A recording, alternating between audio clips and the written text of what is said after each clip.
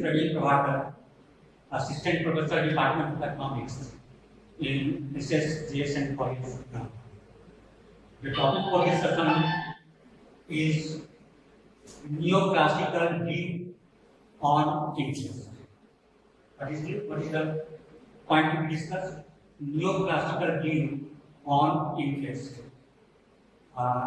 Idea for the convenience of assessment, I would like to deliver my speech in English for the convenience of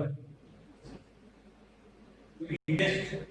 मतलब ब्याज पर नौशाखीय अशाखीय का विचार, ब्याज पर नौशाखीय अशाखियों का विचार।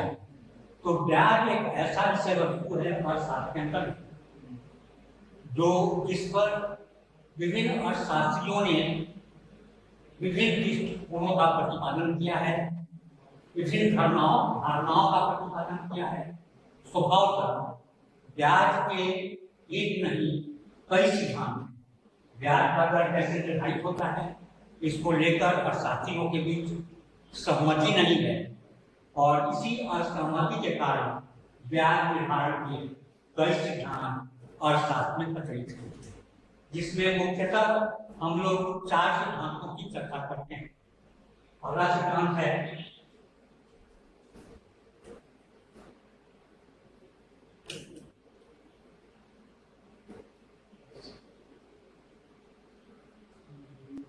classical theory of inflation.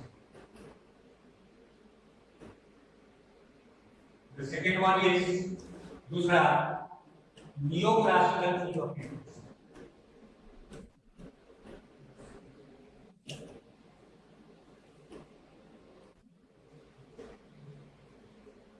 Theory of inflation. Third one is very important and it has been propounded by John Maynard Keynes. Keynes का ब्याज का सिद्धांत, liquidity preference theory of inflation. Liquidity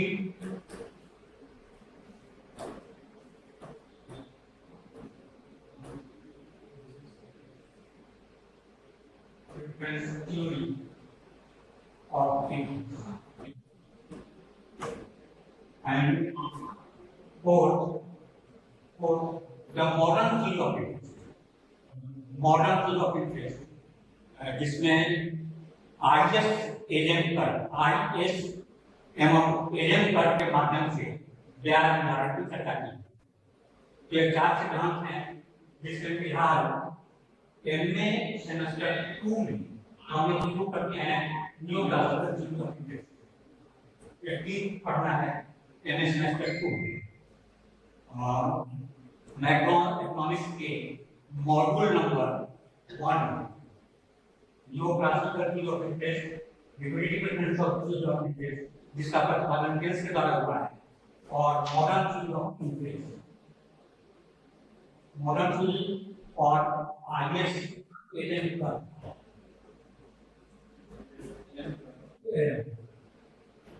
आज हमारे डिस्कशन का विषय वस्तु है neoclassical theory of inflation। neoclassical theory of inflation का प्रतिपादन जिन अर्थशास्त्रियों के द्वारा किया गया है उसमें कुछ अर्थशास्त्री स्वीडन के हैं और कुछ अर्थशास्त्री इंग्लैंड के हैं। स्वीडन के अर्थशास्त्रियों में जो नाम प्रमुख है उसमें है मिक्सेल, ओलिन, मीटर,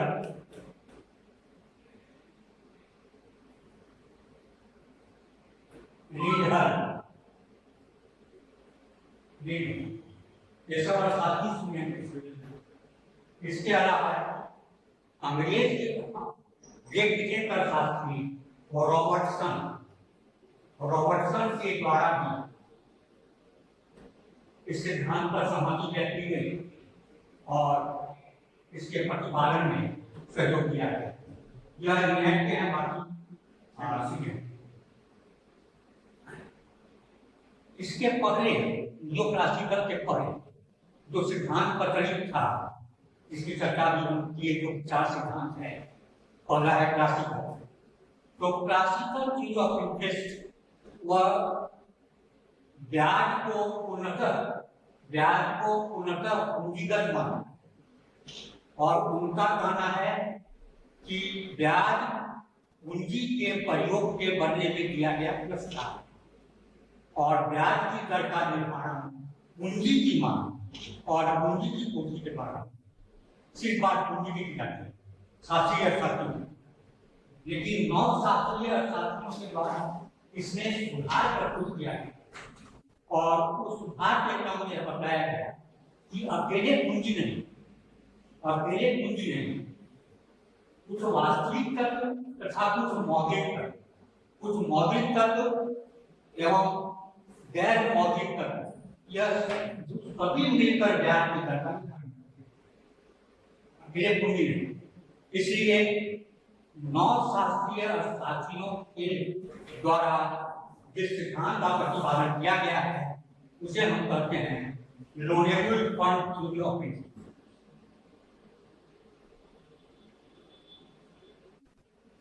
क्या कहते हैं? लोनेबल फंड थ्योरी ऑफ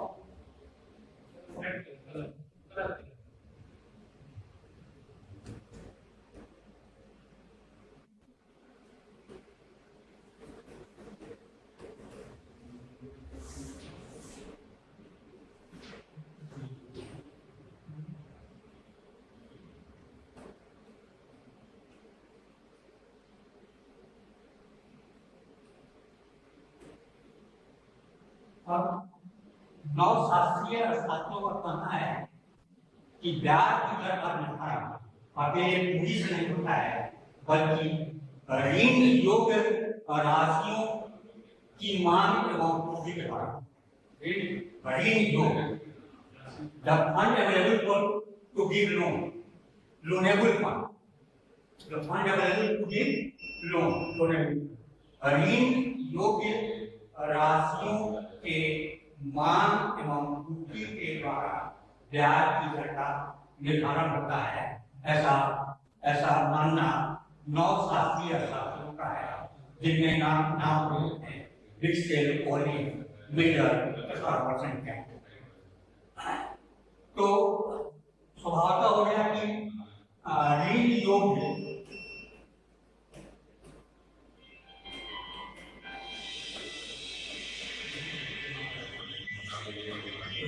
राशियों की मांग, एक तत्व है पहला तत्व, और दूसरा तत्व है ऋण योग्य राशियों की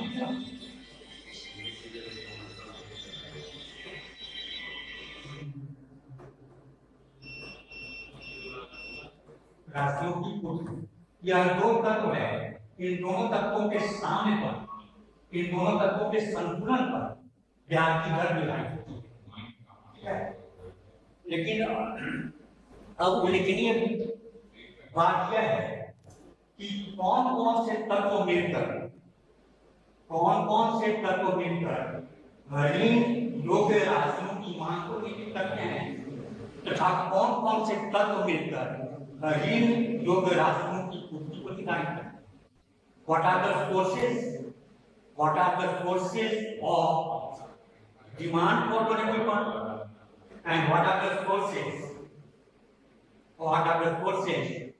of supply of loan? यह दो तत्व है जो कि वहां की ब्याज की दर को निर्धारित करता है। ऋण योग्य राशियों की मांग, ऋण योग्य राशियों की पूर्ति, इन दोनों के सामने पर ब्याज की दर निर्धारित होता है।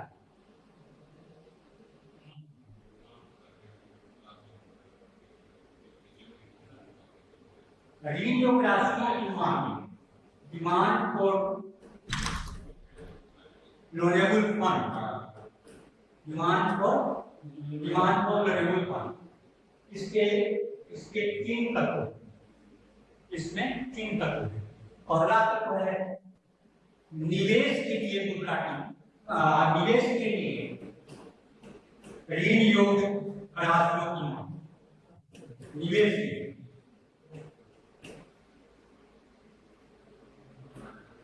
दूसरा है उपभोग के लिए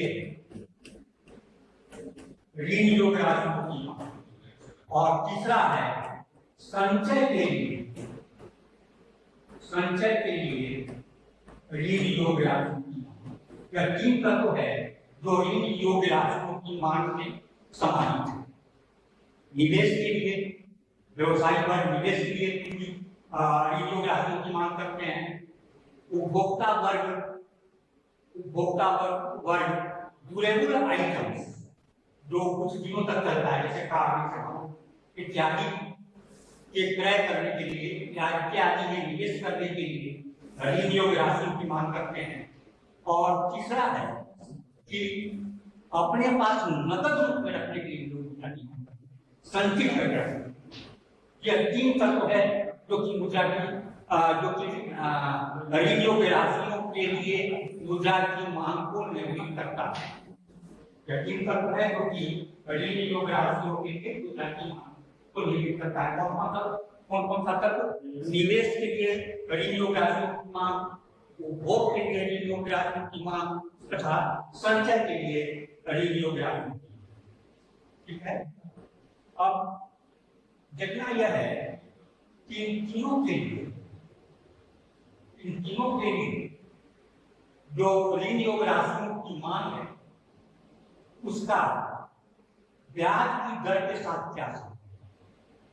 निवेश के लिए विनियोग राशियों की मांग, उपभोग के लिए विनियोग राशियों की मांग तथा संचय के लिए विनियोग राशियों की मांग, इन तीनों का ब्याज की दर से क्या संबंध? तो इन तीनों का ब्याज की दर के साथ रेसिप्रोकल रिलेशनशिप, विपरीत का संबंध। यदि ब्याज की दर ऊंची है तो निवेश के लिए विनियोग राशियों की मांग कम होगी। उसी प्रकार यदि ब्याज की दर, यदि आपको कार के लिए, गाड़ी के लिए बैंक से ब्याज करवाना है, यदि रेट ऑफ इंटरेस्ट बढ़ जाएगा तो नेटवर्क आप अपने बैंक के पास अप्रोच नहीं कीजिएगा कि हमको कार की भी पैसा। तो क्या कहा जा रहा है कंसेप्ट में कि इन तीनों के मतलब निवेश, उपभोग एवं संचय, निवेश, उपभोग एवं संचय, इन तीनों के लिए विनियोग राशियों की जो मांग है उसका विपरीत का संबंध है ब्याज की दर। मतलब ब्याज की दर अधिक है तो विनियोग राशियों के लिए निवेश के उद्देश्य से मुद्रा की मांग कम होगी, उपभोग के लिए मुद्रा की मांग कम होगी या विनियोग राशि की मांग कम होगी तथा संचय के लिए भी विनियोग राशि की मांग कम होगी। तो अगर हम डायग्रामेटिकली इसको देखें तो तीन रेखाएं हमको मिलेंगी, तीन रेखाएं मिलेंगी। यह तीनों रेखाएं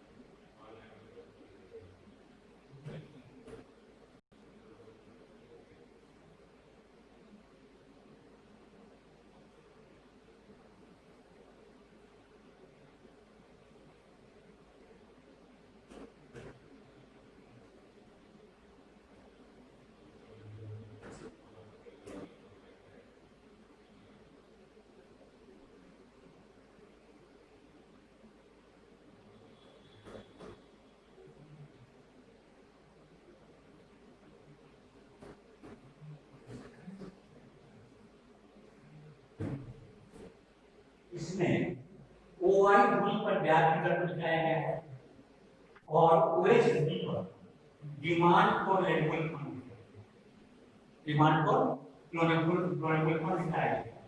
डिमांड फॉर लोनेबल फंड में निवेश, उपभोग एवं संचय, निवेश, उपभोग एवं संचय, इन तीनों के लिए विनियोग राशियों की मांग जिनका संबंध ब्याज की दर से विपरीत है। जब रेसिप्रोकल रिलेशनशिप होता है, जब विपरीत का संबंध होता है तो वक्र बाएं से दाएं नीचे की ओर गिरती है, बाएं से दाएं नीचे की ओर गिरती होती है। यह एक रेखा है demand for investment, demand for investment of renewable fund, रीनियोग्राफिक का निवेश के लिए मांग, उसके बाद रीनियोग्राफियों का उपभोग के लिए मांग, रीनियोग्राफियों का संचय के लिए मांग। I for investment, C for consumption, A for holding, A for holding। तो इन तीनों रेखाएं निवेश के लिए रीनियोग्राफियों की मांग बता रहा है पहली रेखा, दूसरी रेखा उपभोग के लिए रीनियोग्राफियों की मांग बता रहा है और तीसरी रेखा संचय के लिए रीनियोग्राफियों की मांग।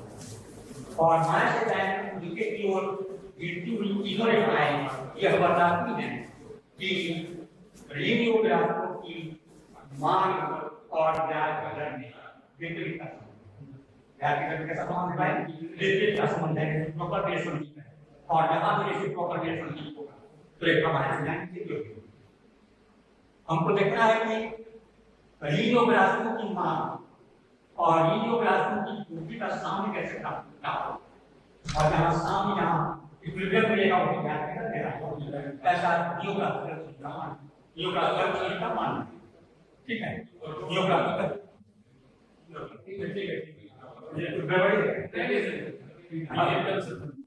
तो नियोक्लासिकल थ्योरी मतलब इसके प्रतिपादक कौन कौन किससे रिवाइज करते हैं? विक्सेल, ओरलिंग, ब्लिगर और रिंगन, यह स्वीडन के और रॉबर्टसन ये चार साथी ये मिलकर मुख्यतः मिलकर इस सिद्धांत का प्रतिपादन करते हैं। और हम रीनियोग्राफियों की मांग के संबंध में जान गए इसके तीन निर्धारक तत्व हैं। निवेश के लिए रीनियोग्राफियों की मांग, उपभोग के लिए रीनियोग्राफियों की मांग और संचय के लिए रीनियोग्राफियों की मांग। रीनियोग्राफियों का जो सिद्धांत है वो पहले बताया गया कि रीनियोग्राफियों की मांग और रीनियोग्राफियों की पूर्ति इन दो तत्वों के माध्यम से ब्याज की दर के निर्धारण की चर्चा करते हैं, जिसमें एक तत्व की चर्चा होगी रीनियोग्राफियों की मांग के संबंध में। अब यह देखना है कि रीनियोग्राफियों की पूर्ति के कौन कौन स्रोत, रीनियोग्राफियों के पूर्ति के कौन कौन स्रोत, तो उसमें पहला स्रोत है बचत, पहला स्रोत है बचत, दूसरा स्रोत है बैंक द्वारा किया गया स्टॉक का सृजन। बैंकिंग सेक्टर में जो कमर्शियल बैंक है वह लाभ कमाने के उद्देश्य से काम करती है, इसलिए उसका एक प्रमुख काम है स्टॉक का सृजन। Creation of credit is one of the main functions of commercial bank. On the other hand, to control the credit is the function of credit. To control the rate of credit is the function of central commercial bank of India. तो उसी लाभ कमाने के लौकिक कमाना उनका उद्देश्य है और उस उद्देश्य में सामंजस्य करने के लिए वह एक ओर अपनी लिक्विडिटी को बढ़ाता है कमर्शियल बैंक, तो दूसरी ओर वह साख को लिक्विड ना करे कमर्शियल बैंक। तो पहला स्रोत है बचत, दूसरा स्रोत है बैंक द्वारा साख का सृजन और तीसरा स्रोत है डिसकोडिंग, जो संचित मुद्रा है, जो संचित है उसको असंचित कर, उसको जो होल्ड किए हैं उसको डिसहोल्ड कर, उसको होल्ड करके रखते हैं संचित मुद्रा है उसको डिसहोल्ड कर। और चौथा है डिसइन्वेस्टमेंट, ज्यादा चर्चा हम करेंगे।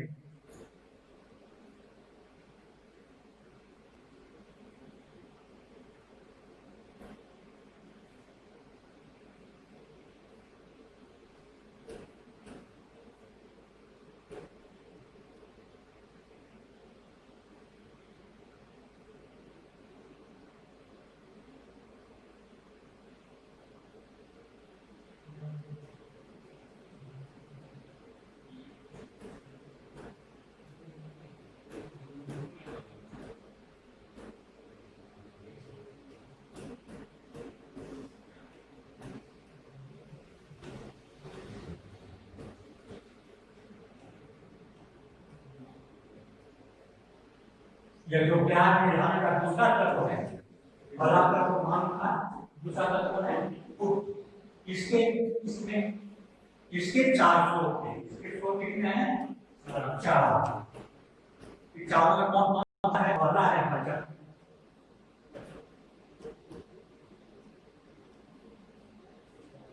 दूसरा है बैंक मुद्रा अथवा बैंक द्वारा सृजित साख। बैंक मुद्रा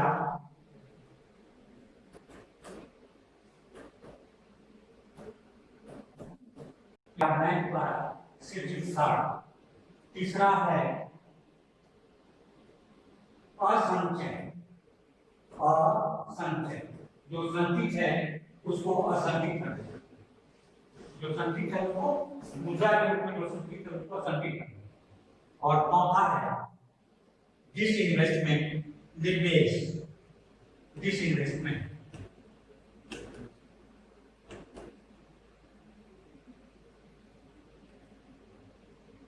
बचत के संबंध में हम लोग जाने, बचत व्यक्तिगत स्तर से किया जाता है, निजी बचत, और दूसरा व्यवसायों के द्वारा किया जाता है, पर्सनल से भी। और दूसरा क्या हो गया? व्यवसायों के द्वारा किया जाएगा, उसको हम कहेंगे कॉर्पोरेट से। कॉर्पोरेट से। और तीसरा है गवर्नमेंट के द्वारा किया जाएगा। मतलब बचत में 3 तत्व समाहित हैं, पर्सनल से भी, कॉर्पोरेट से भी एंड गवर्नमेंट से भी। लेकिन पर्सनल और कॉर्पोरेट जो है उसका सीधा संबंध ब्याज है। आप बचत के लिए प्रोत्साहित तब होइएगा जब उस बचत के फलस्वरूप आपको ब्याज की जरूरत नहीं। मान के संबंध बताया उसका व्यक्ति का संबंध, उसका व्यक्ति का संबंध है ब्याज की जरूरत। लेकिन यह जो पूंजी पक्ष है, पूंजी पक्ष के जो चारों तत्व है, वो बचत हो, बैंक मुद्रा हो और संचय हो, जिसको डिसइन्वेस्टमेंट, इन चारों का सीधा संबंध है ब्याज की दर से। कैसा संबंध है? सीधा संबंध है। अर्थात ब्याज की दर अधिक होगी तो बचत की मात्रा भी अधिक होगी, चाहे व्यक्तिगत स्तर पर बचत किया गया हो या कॉर्पोरेट लेवल पर बचत किया गया। एक बात समझना। दूसरी बात, बैंक मुद्रा। हम पहले बता चुके हैं कि कॉमर्शियल बैंक, व्यवसायिक बैंक का यह काम है कि वह साख का सृजन करता है। वह बॉन्ड खरीदता है, सिक्योरिटी, गवर्नमेंट सिक्योरिटी खरीदता है और फिर ऋण देकर बाजार में मुद्रा का प्रसार करता है, साख मुद्रा। तो बैंक भी कभी अधिक साख का सृजन करेगा, कभी अधिक साख का सृजन करेगा, जबकि ब्याज की दर की हो। यदि हाउसिंग लोन का ब्याज घटकर 3% हो जाए तो कोई भी बैंक इंटरेस्टेड नहीं होगा। इंटरेस्टेड नहीं होगा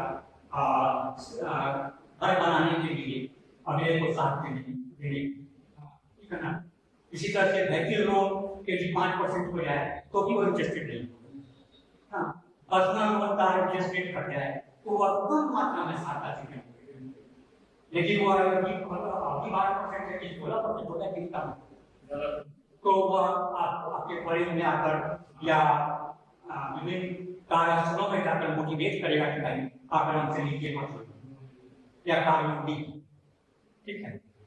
तो यह भी बात तय है कि बैंक के द्वारा जो साख का सृजन किया जाता है उसका भी सीधा संबंध ब्याज की दर से, उसका भी सीधा संबंध ब्याज की दर से।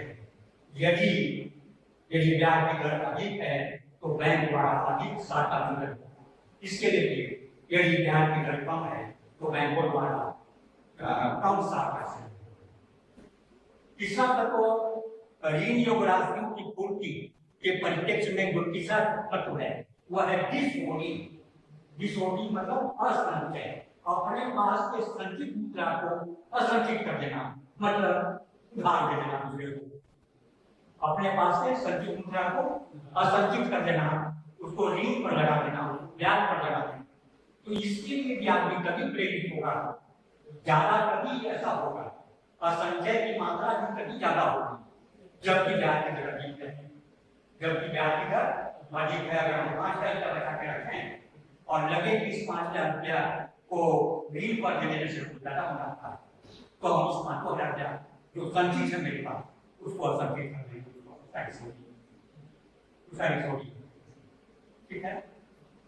और एक कॉमन आ गया है दिस इन्वेस्टमेंट, वैसे ऐसी इंटरप्राइज, वैसी व्यवसायिक इकाइयां जिसमें वर्तमान लाभ का दर,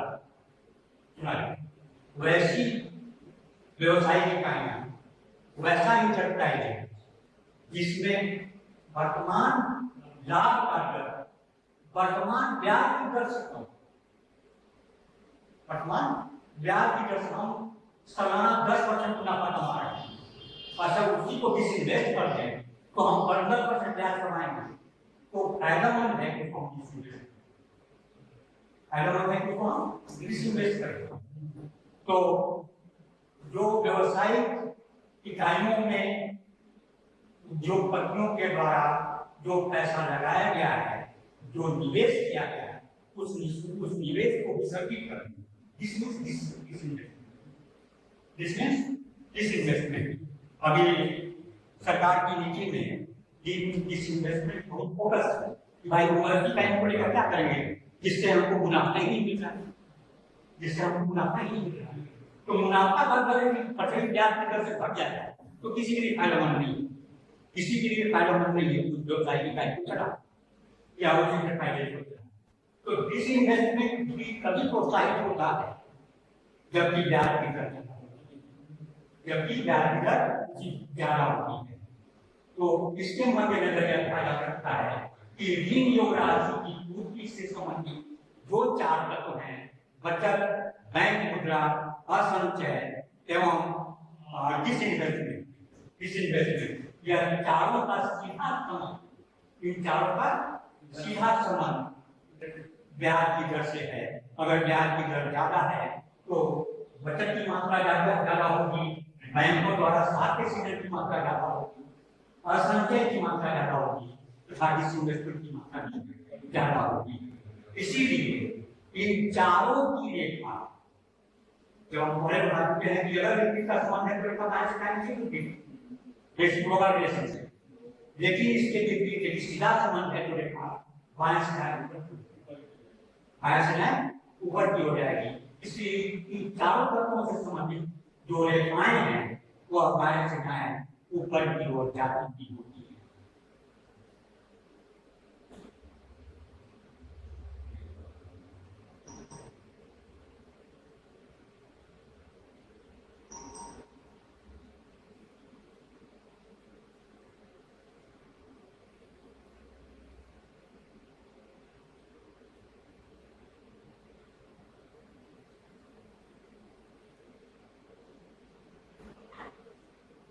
इधर एक अप्रोचेस y एक्सिस पर supply of loanable fund, supply of loanable fund पहला है सेविंग, अगर ब्याज की दर अधिक तो बचत की मात्रा अधिक। दूसरा है बैंक मनी, बैंक द्वारा सृजित साधन, यदि ब्याज की दर अधिक है तो बैंक मनी या बैंक द्वारा सृजित साधन की मात्रा। तीसरा है डिसबोर्डिंग, असंचय,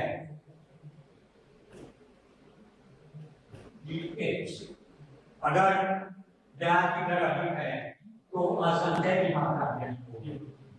चौथा है डिसइन्वेस्टमेंट,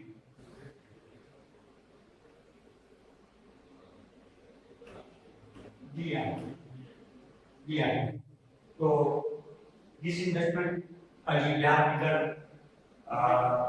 वर्तमान मुनाफा की दर से ज्यादा है तो ना, अब ब्याज की दर ज्यादा है तो डिसइन्वेस्टमेंट की मात्रा ज्यादा, ठीक है।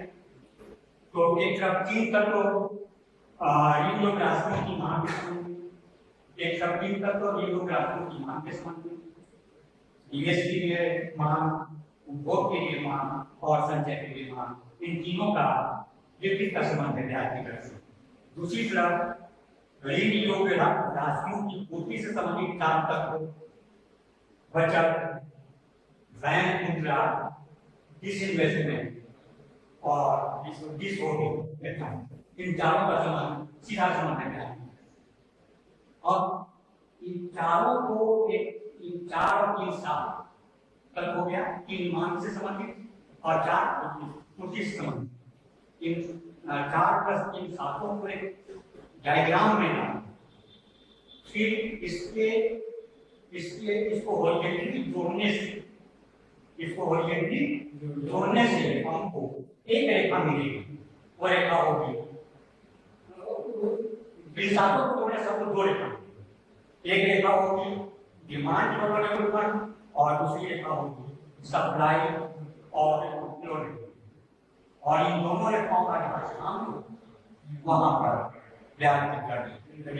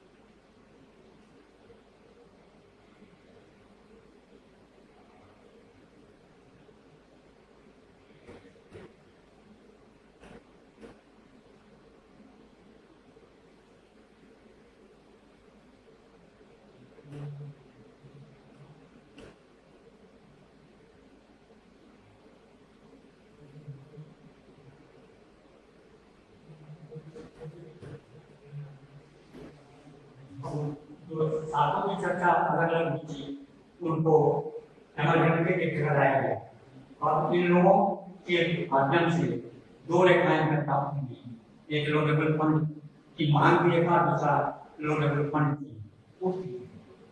ठीक है, लो लेवल फंड की रेखा इधर वाई एक्सिस पर हम लोग आर दिखाते हैं और वाई एक्सिस पर डिमांड एंड सप्लाई और लोडेबल फंड से यहाँ भी है।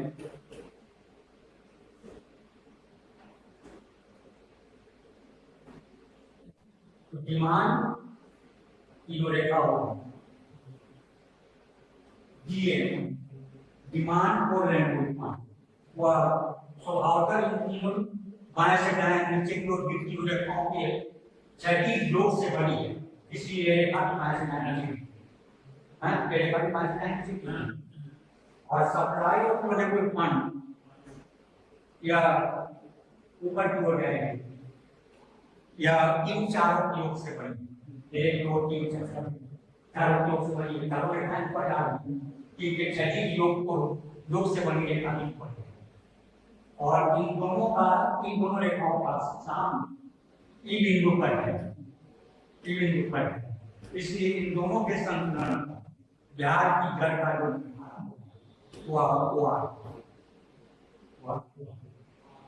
इसके पहले जो चर्चा थी उसमें इतनी बातें नहीं थी, सीधा सीधी एक बात कि पूंजी की मांग और पूंजी की मांग और पूंजी की पूर्ति, लेकिन उतना प्रयास नहीं लगा 9 से और 7 सुधार अपेक्षित है। इसलिए सारे तत्वों को और इस तरह से 7 तत्वों को समझ किया है, 3 ऋण योग्य राशियों की मांग के लिए और 4 ऋण योग्य राशियों की पूर्ति। तो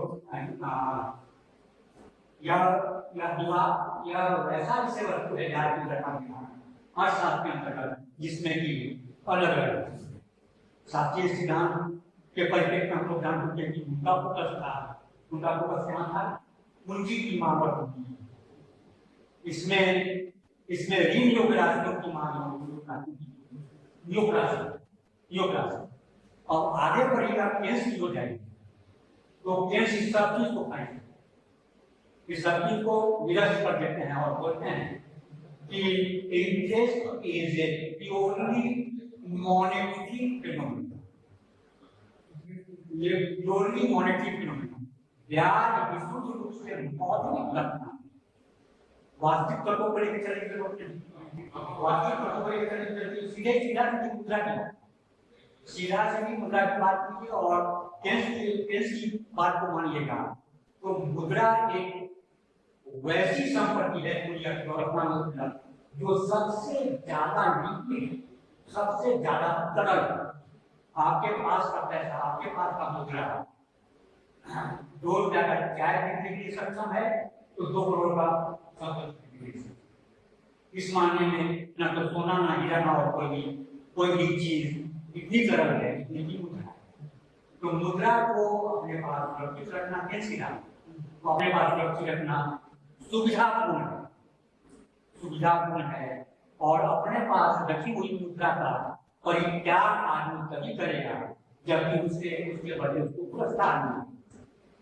तो केस की धारणा की बात कीजिएगा तो अब वह बताते हैं कि मुद्रा के रूप में जो तरलता है, उस तरलता के परित्याग के बदले जो पुरस्कार मिल जाता है वही गया। इसलिए केस की धारणा प्योरली मौद्रिक है, उनका वास्तविक तत्व से कुछ नहीं। ठीक है, किसको से इंप्रूवमेंट कर दिया और केस का भी बात नहीं। आगे आर्थिक अर्थशास्त्र के द्वारा भी ब्याज की दर की मिसालें दी चर्चा की गई और ISLN बकलों के माध्यम से यह तय किया गया कि ब्याज की दर